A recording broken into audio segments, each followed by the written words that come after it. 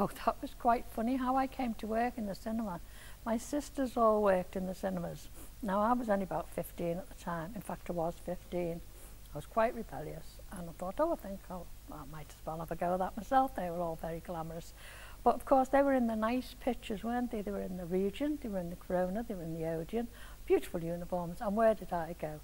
The Winter Garden, the flea pit, as it was called. Actually, I never got any fleas, but it's a wonder.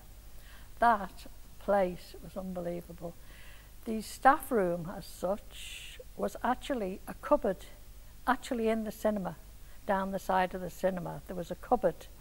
So if you went on your break, you had to quietly open the door, so nobody would hear you. Sneak into this cupboard, shut the door quickly behind you, and pull this light bulb on, which hung over your head. And they would leave a flask of tea ready for you in this tiny cupboard.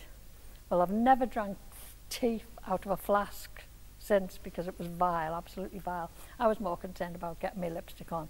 So I'd be sat with this tiny little mirror with this light bulb hanging over my head, renewing my lipstick to go back out again. Because I still thought it was glamorous, but wasn't really.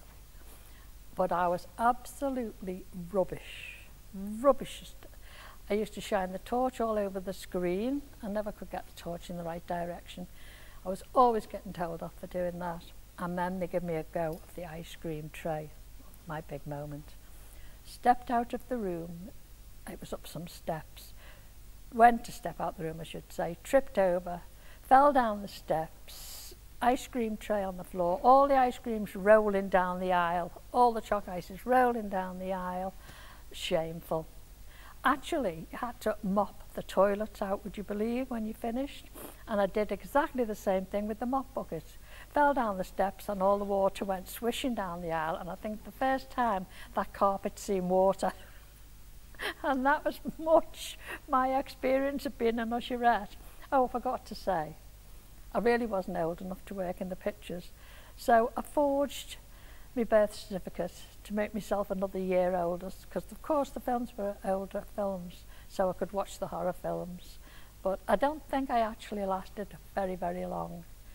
And then when my sister Audrey got married, I got the opportunity to go with them in the car to take her to Yorkshire on honeymoon.